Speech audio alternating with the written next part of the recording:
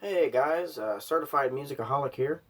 So for this video, I wanted to go ahead and do a video where I rank an band's discography.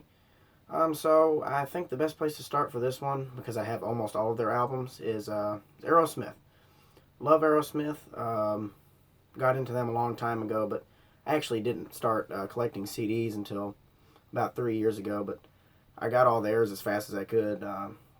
They're actually pretty cheap nowadays because apparently people don't want CDs anymore. But all right, so I'm just gonna go ahead and say that the three albums that I don't have are "Rock in a Hard Place." I don't have that one.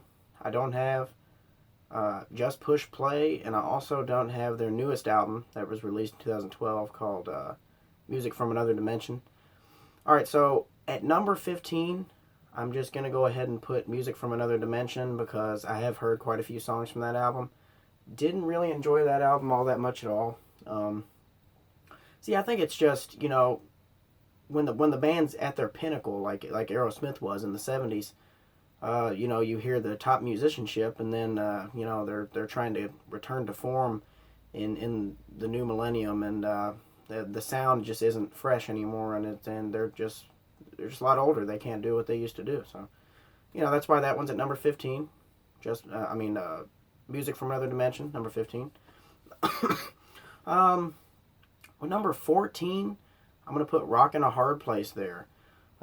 When they recorded Rock in a Hard Place, I mean, that was a really dark time in the band's history. Because, of course, Joe Perry left. Can't really recall the name of the lead guitarist that took Joe Perry's place. I believe Brad Whitford also left during that time. Just not a great album. It really isn't. I believe that album was released in '82.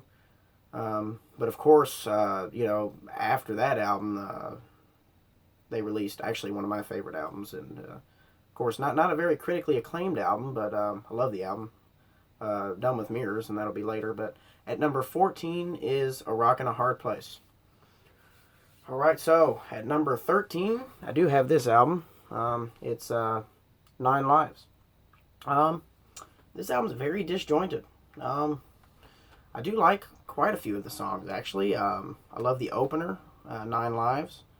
I really like Taste of India. I like the kind of third world sounds on that one, and it's just kind of weird for Aerosmith to be doing, but actually I think it works well. I love Full Circle. I think it's one of Aerosmith's best songs, just my opinion though, obviously.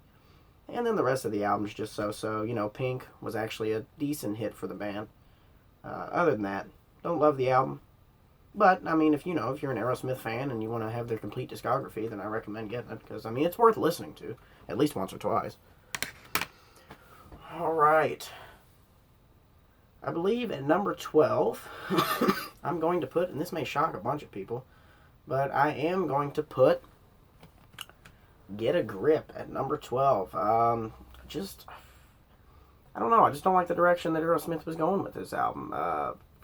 Not like they strayed even further away than they did in their previous albums from their blues based rock, and they did a bunch of ballads and everything on here. Of course, you got Crying, Crazy, Living on the Edge, songs like that. I mean, still a hard rocking album, but just not something that I find myself going to very often. I just really don't love it. All right. So at number 11, I'm going to go with Just Push Play. I don't know why, actually, I have that at number 11. Some of these may be able to be interchanged.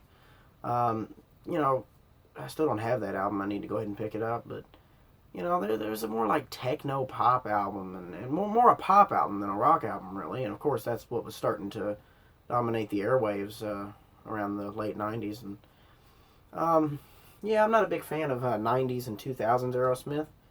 But actually, my next one at number 10 is Honkin' on Bobo.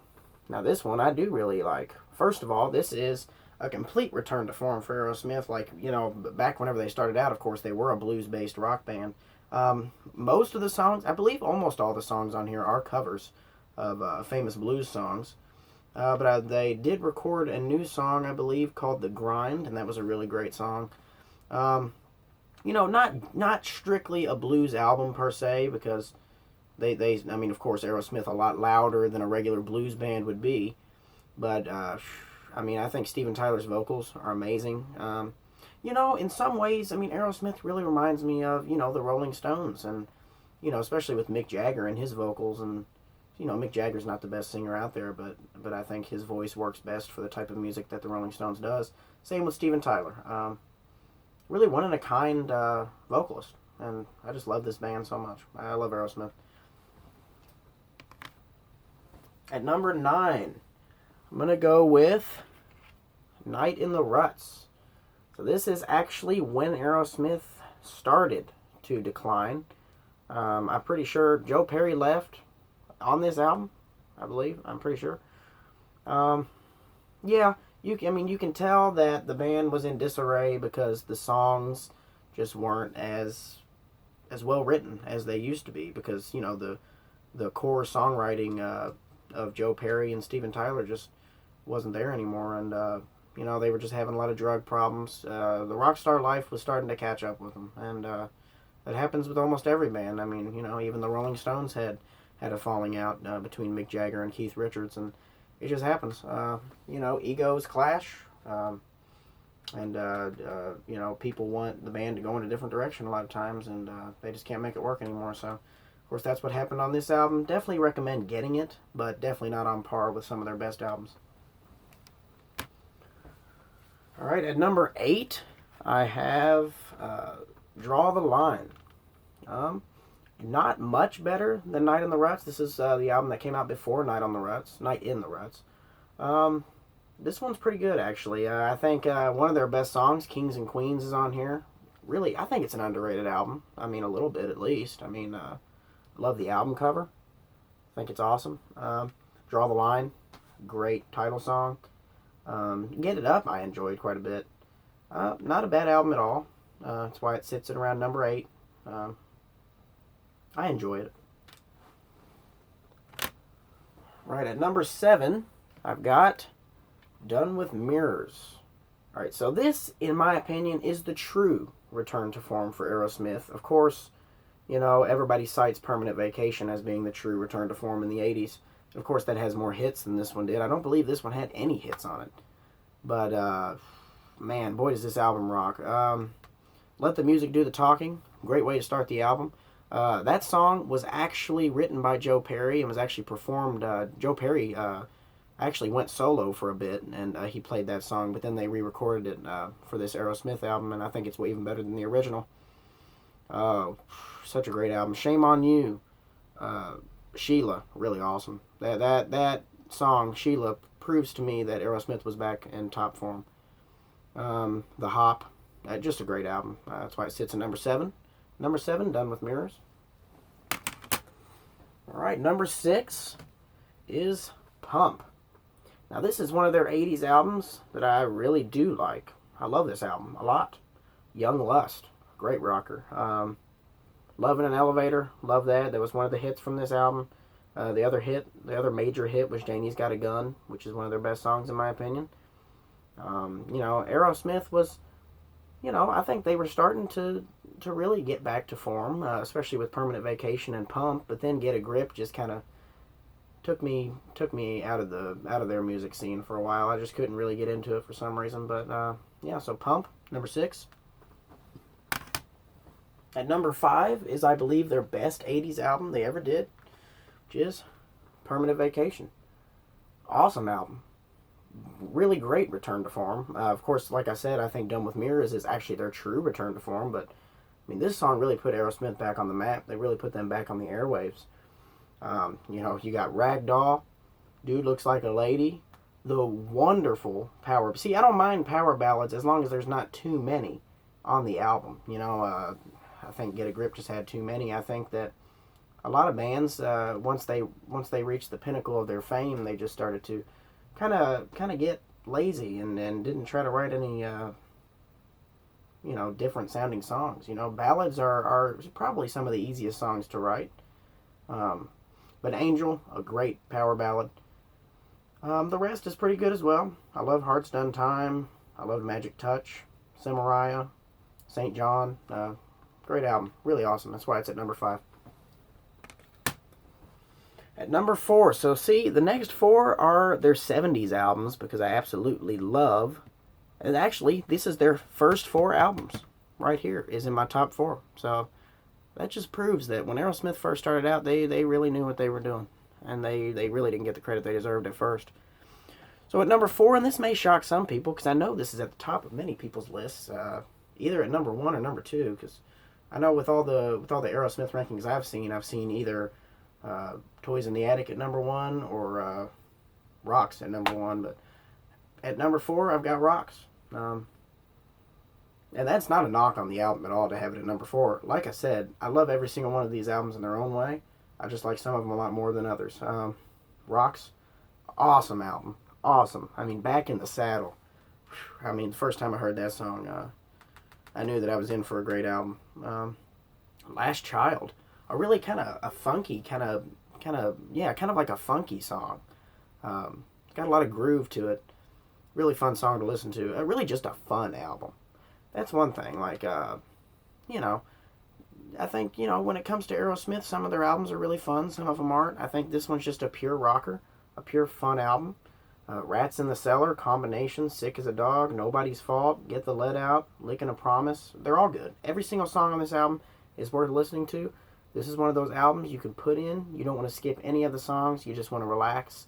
Listen to every song all the way through. Great album. Number 4, Rocks.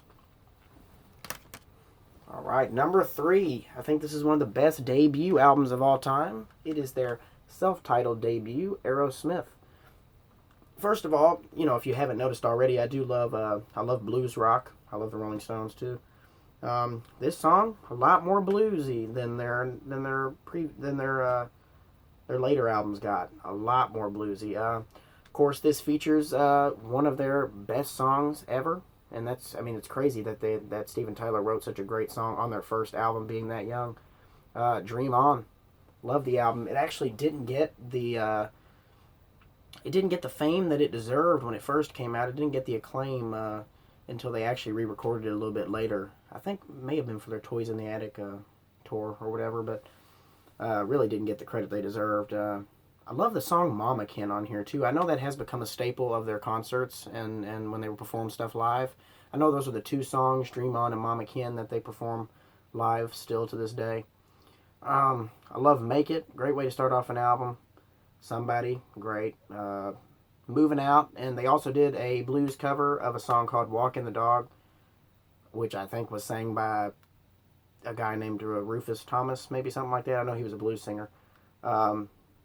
You know, I'm pretty sure the Rolling Stones have done a version of Walking the Dog as well. Great blues album, just a great album altogether.